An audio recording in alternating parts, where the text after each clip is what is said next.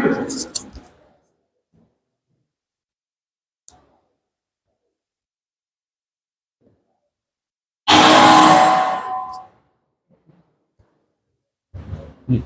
itu. Oh.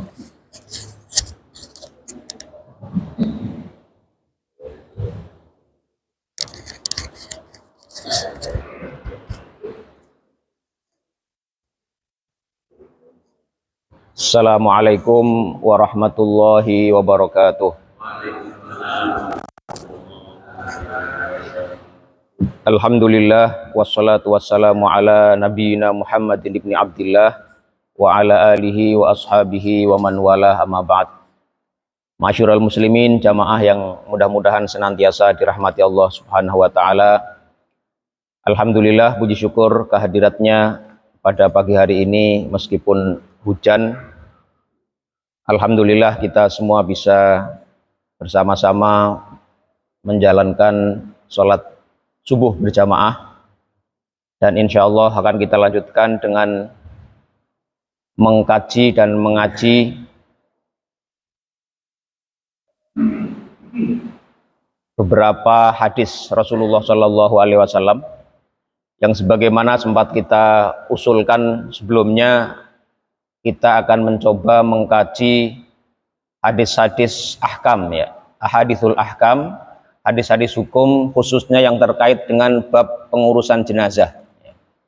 Mengapa? Karena ini penting kita pelajari bareng-bareng sama-sama agar kita punya standar terkait dalam penanganan jenazah yang dalam beberapa kesempatan terakhir itu kita sering bertemu dengan masalah ini, ya.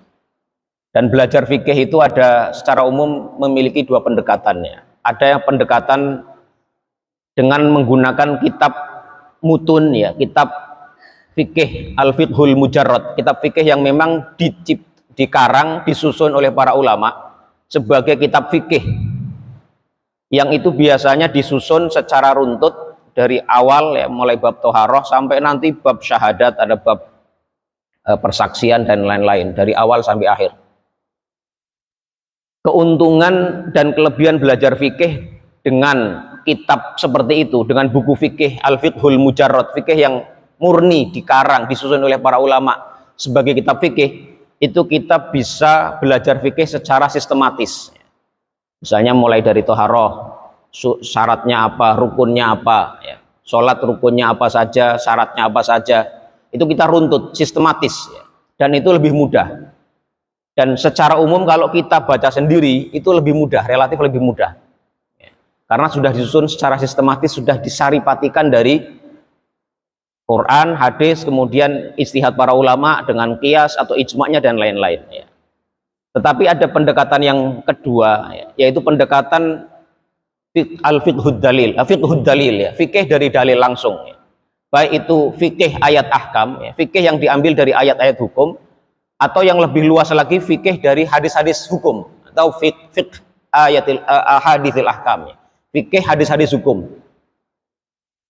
Nah ini, ya, biasanya para ulama banyak, ya, menulis tentang kalau apa ayat-ayat hukum, ya, ayatul ahkam, ada para ulama menulis sendiri, tapi ayat-ayat hukum itu jumlahnya nggak banyak, ya.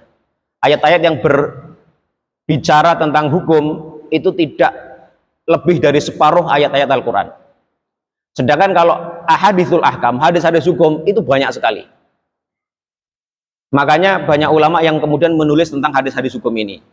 Nah, di antara yang paling masyhur, ya, dari kumpulan hadis-hadis hukum itu antara lain adalah kitab Bulughul Maram yang ditulis oleh Al-Imam Ibnu Hajar Al-Asqalani rahimahullah, ya. Beliau mengumpulkan hadis-hadis hukum dalam satu kitab khusus yang disebut dengan Bulughul Maram, ya, min adillatil ahkam, ya.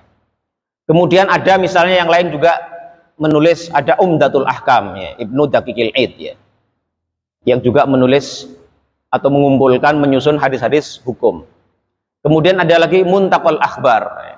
Muntaqal Akhbar ini tidak semasyhur Bulughul Maram, tapi syarahnya, yaitu yang disebut dengan Lailul Autor, ya. Kalau Muntaqal Akhbar itu ditulis atau disusun oleh Ibnu Taimiyah Al-Jadd, kakeknya Ibnu Taimiyah. Ibnu Taimiyah, sama-sama gelarnya Ibnu Taimiyah, tapi dia adalah kakeknya, disusun hadis-hadis.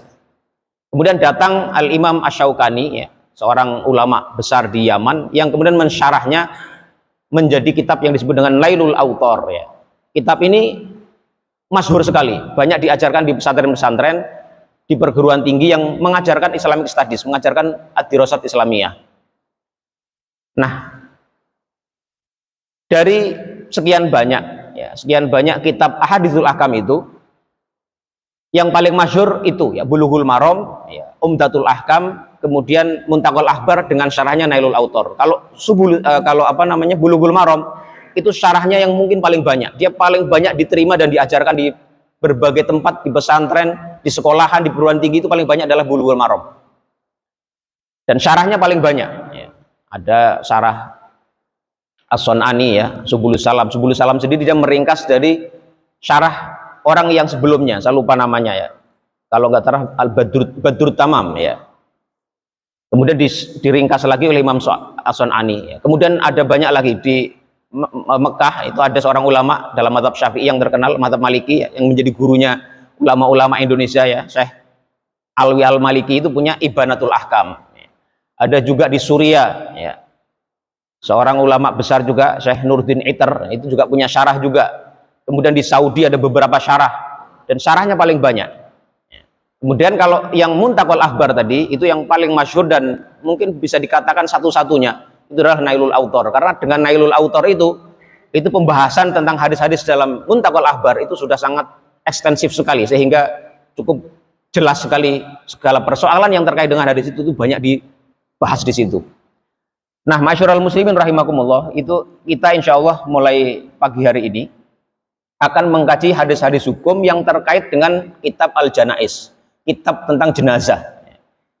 Yang rujukan utama kita itu adalah kitab Nailul Autor. Ya, ini kitab Nailul Autor, ya, syarah Muntaqal Akhbar min ahadithi Sayyidil Akhyar, ya, lil Imam Muhammad bin Ali bin Muhammad Asy-Syaukani. Kemudian juga kitab Bulughul Maram dengan syarahnya. Saya bawa di sini ada Subulus Salam, ya, karya Imam As-Sun'ani, dan Minhatul Alam, syarah Bulughul Maram, ini karya salah seorang ulama Saudi, Abdullah bin Shalih Al-Fauzan. Nah, memang belajar hukum dari hadis-hadis langsung itu ada banyak kritik. Ya, ada yang mengatakan kalau kita belajar fikih langsung dari hadis itu biasanya tidak bisa diterima, dipahami secara sistematis karena tercerai-berai. Ya, hadis ini bicara tentang apa dan apa, tapi nanti ada hadis lain yang bicara pada tema yang sama tapi terpisah hadisnya, atau sebaliknya. Ya. Nah, ini ada banyak kritik terhadap pembelajaran hukum Islam atau fikih langsung dari hadis. Tetapi banyak juga faedahnya, ya. Keuntungan belajar langsung hukum dari hadis-hadis itu banyak juga keuntungannya. Keuntungannya apa? Yang pertama adalah antara lain kita lebih dekat dengan Nabi kita. Kalau kita sering, ya, mendengar nama Nabi kita Nabi Muhammad SAW, ya, kita dengan belajar hadis hukum ini kita lebih dekat dengan beliau. Kenapa? Karena kita dengar langsung bagaimana beliau mengatakan satu hal terkait satu isu tertentu. Dan perkataan Nabi mayoritas diriwayatkan oleh para ulama harfan biharfin, sebagaimana apa adanya. Rasulullah mengucapkan apa, ya itulah yang diriwayatkan oleh para ulama. Mayoritas hadis begitu. Karena riwayah bil makna itu diterima, tapi dalam keadaan-keadaan tertentu, ya. Secara umum semua hadis itu diriwayatkan harfan biharfin. Secara apa adanya bagaimana Rasulullah mengatakan itu. Jadi yang kita baca itulah yang Rasulullah ucapkan. Jadi kita tahu betul Rasulullah mengucapkan apa dalam hal apa. Itu keuntungannya. Jadi kita lebih dekat dengan Rasulullah. Yang kedua, dengan belajar langsung dari hadis, itu kita juga tahu, ya. Kadang dalam satu hal itu, dalam satu hadis yang terkait satu hukum itu ada faidah-faidah lain yang tidak hanya terkait dengan hukum itu. Nanti kita akan lihat. Yang ketiga, dengan langsung belajar dari hadis itu, ya, selama kita mendapatkan syarah yang memadai, ya, syarah yang mencukupi sehingga kita bisa paham betul dan bagaimana ulama-ulama menjelaskan tentang hadis itu, kita bisa paham, ya, bagaimana para ulama itu banyak berbeda pendapat, ya, dari satu hadis yang sama, ya, hadisnya sama, redaksi dari Rasulullah sama, tapi istimbat hukumnya, pengambilan hukumnya berbeda. Dan nanti insya Allah akan kita lihat bagaimana satu hadis yang sama ya, tapi para ulama itu mengambil kesimpulan hukum yang berbeda-beda. Nah ini yang mudah-mudahan bisa membuat kita lebih arif dalam menyikapi perbedaan. Ternyata si fulan itu melakukan itu ada dasarnya juga. Si fulan yang lain melakukan hal yang sama, beda, ya, tapi sumbernya sama. Kayak misalnya orang duduk kalau tasyahud akhir di sholat yang 2 rakaat, ada yang duduknya iftiros, ada yang tawarruk, itu dalilnya sama, tapi cara pemahaman yang berbeda. Atau bagaimana turun dari sujud, turun dari berdiri ke sujud, apakah dengkulnya dulu atau tangannya dulu? Itu ada beberapa hadis, tapi kesimpulan para ulama itu berbeda-beda. Ya. Padahal dalil-dalilnya sama, ada yang menguatkan yang ini, ada yang itu, ada yang mengatakan yang ini lemah, yang itu tidak, yang ini sahih, yang ini lemah, dan seterusnya. Dan itu kita harapkan dengan belajar seperti itu kita bisa lebih terbuka ya, dalam wawasan kita bahwa ternyata si fulan yang begitu itu ada dasarnya juga, yang si fulan begini ada dasarnya juga ya. Hanya tinggal pemahaman yang berbeda terhadap sumber nas yang sama. Ini ya. Nah, masyurul muslimin rahimakumullah, kita akan mulai ya membaca hadis-hadis dalam kitab jenazah ya. Kata jenazah itu aslinya dari bahasa Arab ya, yaitu jinazah atau janazah. Bisa dibaca dengan fathah di jimnya, bisa dibaca kasroh di jimnya. Orang Arab menyebut jinazah, kadang menyebut janazah ya. Bi kasril jim wa fathiha. Ya itu. Nah, orang Indonesia itu mengambil jalan tengah antara fathah dengan kasroh menjadi ya, jenazah. Nah, orang Indonesia hebat berarti, lebih hebat nih. Ya, jadi dua-duanya diambil nih. Ya, aslinya itu jinazah atau janazah ya. Qala Ibnu Qutaibah wa jama'atun al-kasru afsah. Katanya yang kata jinazah itu lebih fasih dibanding kata janazah. Tetapi pendapat ulama yang lain mengatakan tidak ya. Yang mengatakan bahwa yang disebut dengan jinazah ya, kalau pakai kasroh itu artinya adalah an-na'ash alaihil mayit ya. Jadi tempat keranda yang di atasnya ditaruh mayit itu baru disebut dengan jinazah. Tapi kalau jasadnya orang meninggal itu disebut dengan janazah. Ini sekedar sekilas sebagai wawasan dari mana kata jenazah itu diambil.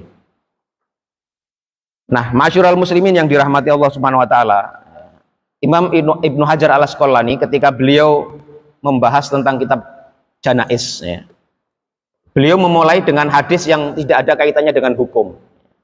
Beliau memulai dengan hadis yang pertama adalah hadis dari Abu Hurairah radhiyallahu anhu. Qala, beliau mengatakan, qala Rasulullah sallallahu alaihi wasallam. Rasulullah sallallahu alaihi wasallam bersabda, "Aktsiru dzikra hadhimil ladzat al-mauti." Ya. Aktsiru, perbanyaklah oleh kalian ya, dzikra hadhimil ladzati. Mengingat-ingat hadhimil ladzati ya. Ai qati'iha ya. Yaitu sesuatu yang bisa memutus kelezatan hidup di dunia ini. Al-mauti, yakni dia itu adalah kematian. Kata hadimil ladzat ini diriwayatkan dalam riwayat lain dengan hadimil ladzat, pakai dal bukan zal ya. Kalau hadim itu artinya yang memutus, kalau hadim itu artinya yang merusak atau meruntuhkan. Dari kata hadamal bina'a, meruntuhkan bangunan. Jadi Rasulullah SAW memerintahkan kepada kita untuk memperbanyak mengingat sesuatu yang bisa menghabiskan, memutus atau merusak kelezatan hidup di dunia, yaitu apa? Al-maut, yaitu kematian. Nah, hadis ini ya, rawahu at-Tirmidzi wan Nasa'i was sahahahu Ibnu Hibban. Hadis ini diriwayatkan oleh at-Tirmidzi, An-Nasa'i dan disahihkan oleh Ibnu Hibban.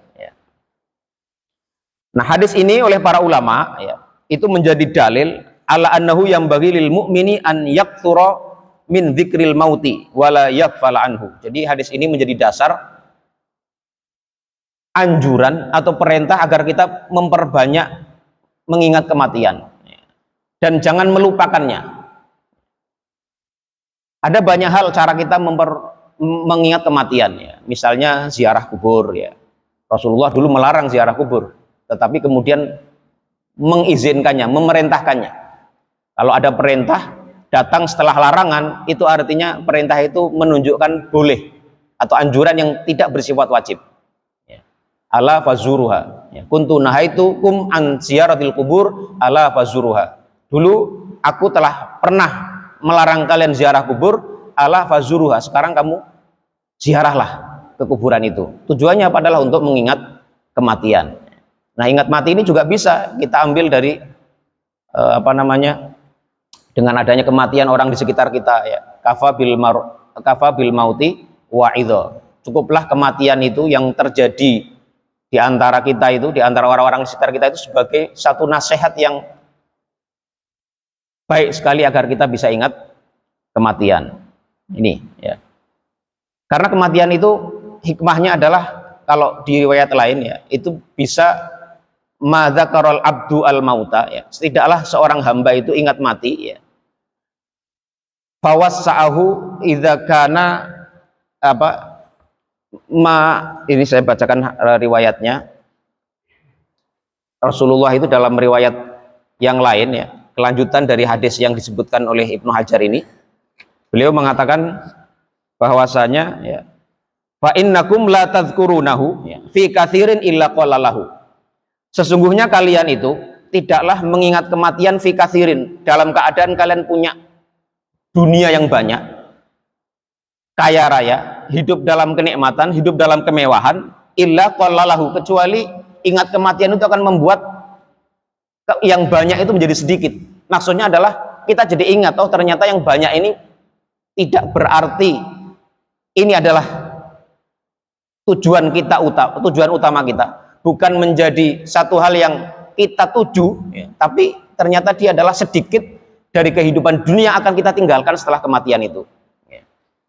Wala qalilin illa katsarahu, dan orang itu tidak ingat mati kecuali kalau dia dalam keadaan susah, dalam keadaan miskin, dalam keadaan banyak penderitaan, illa katsarahu, kecuali akan membuat dia merasa lebih cukup. Karena apa? Oh ternyata yang saya alami, dari kesusahan yang saya rasakan sekarang, dari kemiskinan yang saat ini saya alami, dari penderitaan yang dialami itu ternyata akan berakhir tidak lama, karena kita semua akan menghadapi kematian, ya. Jadi itu, ya, maksudnya fa innakum la tadhkurunahu fi katsirin illa qalalahu wala qalilin illa katsarahu, ya. Ini, ya. Atau dalam riwayat lain, fa innahu ma dzakarahu ahadun fi dzikin minal aishi illa wasa'ahu. Tidaklah seseorang itu mengingat kematian dalam keadaan sempit, ya, kesempitan hidup, ya, fi dzikin minal aishi illa wasa'ahu, kecuali Allah akan membuat dia menjadi luas, ya. Kalau kita sempit, ingat mati itu jadi luas. Sebaliknya, ya, wala fi sa'atin illa dayaqaha, ya. Kecuali juga kalau dia mengingatnya dalam keadaan luas, dalam keadaan nyaman, illa dayaqaha, kecuali dia akan menjadi sempit, mempersempit. Jadi tidak akan banyak terlalaikan oleh banyaknya kekayaan yang dia miliki. Ini, ya. Tetapi, ya, meskipun kita ini dianjurkan oleh banyak mengingat mati, ya, ternyata Rasulullah itu juga melarang kita punya keinginan untuk segera diberikan atau didatangkan kematian. Makanya Ibnu Hajar dalam hadis yang kedua itu beliau menyebutkan hadis dari Anas radhiyallahu anhu, di mana beliau berkata, ya, qala Rasulullah sallallahu alaihi wasallam, la yatamannayanna ahadukum al-mauta lidurrin yang zulubihi. Janganlah salah seorang di antara kalian itu berangan-angan didatangkan kematian kepada dia, lidurrin yang zulubihi, karena adanya penderitaan yang dia derita. Jadi kita diminta ingat mati, diminta untuk banyak jangan lupa, jangan sampai lalai bahwa kita itu akan berakhir, ya, hidup kita. Kemarin kita menyampaikan, ya, Rasulullah itu pernah menggambar satu kotak, ya. Kemudian ada garis di tengahnya. Garis di tengah ini dari bawah, kotak paling bawah sampai ke atas, sampai melampaui kotak itu, kata Rasulullah. Kemudian di samping garis itu ada garis-garis kecil-kecil, ya. Nah, kotak ini adalah ajal manusia, ya, ajal manusia, sedangkan garis ini adalah kita. Nah, yang melampaui kotak itu adalah angan-angan kita. Jadi manusia itu seperti itu. Kita ini hidup dalam kota, tapi angan-angan kita itu melampaui kota itu. Jadi selalu kita berangan-angan sampai 10 tahun, 15 tahun ke depan, 20 tahun ke depan. Kalau kita punya cucu, bayangin kalau nanti pensiun seperti apa. Padahal kita belum tentu sampai ke situ, karena kita dalam kota yang kita tidak tahu kota kita itu besar apa kecil. 50 tahun, 60 tahun, apa berapa, kita nggak tahu. Ya. Dan yang garis-garis kecil adalah al-a'rad. Ya. Al-a'rad itu sesuatu yang menimpa kita, ada sakit, ada kecelakaan, ada gempa bumi, ada rumah runtuh, ada kebakaran, ada macam-macam. Orang kalau selamat dari garis-garis satu ini, dia akan kena yang lain. Terus begitu sampai dia selesai di kota yang mengelilingi dia itu. Meskipun angan-angannya dia keluar dari kota itu. Ini manusia seperti itu. Nah di sini Rasulullah SAW melarang kita ya, berangan-angan untuk mati segera karena adanya musibah atau penderitaan yang kita alami di dunia ini. Kalau kita sakit-sakitan ini, mungkin kalau kita belum mengalaminya itu tidak terbayang ya. Bagaimana ada orang yang menginginkan mati segera. Maka sekarang itu ya, kalau dengan perkembangan zaman yang sedemikian rupa itu, kalau kita baca media itu, angka bunuh diri itu ternyata tinggi. Orang menginginkan mati itu ternyata banyak. Nah masalahnya kalau dia ingin mati ya, karena ada masalah dalam hidupnya, itu dilarang oleh Rasulullah. Apalagi orang yang sampai secara faktual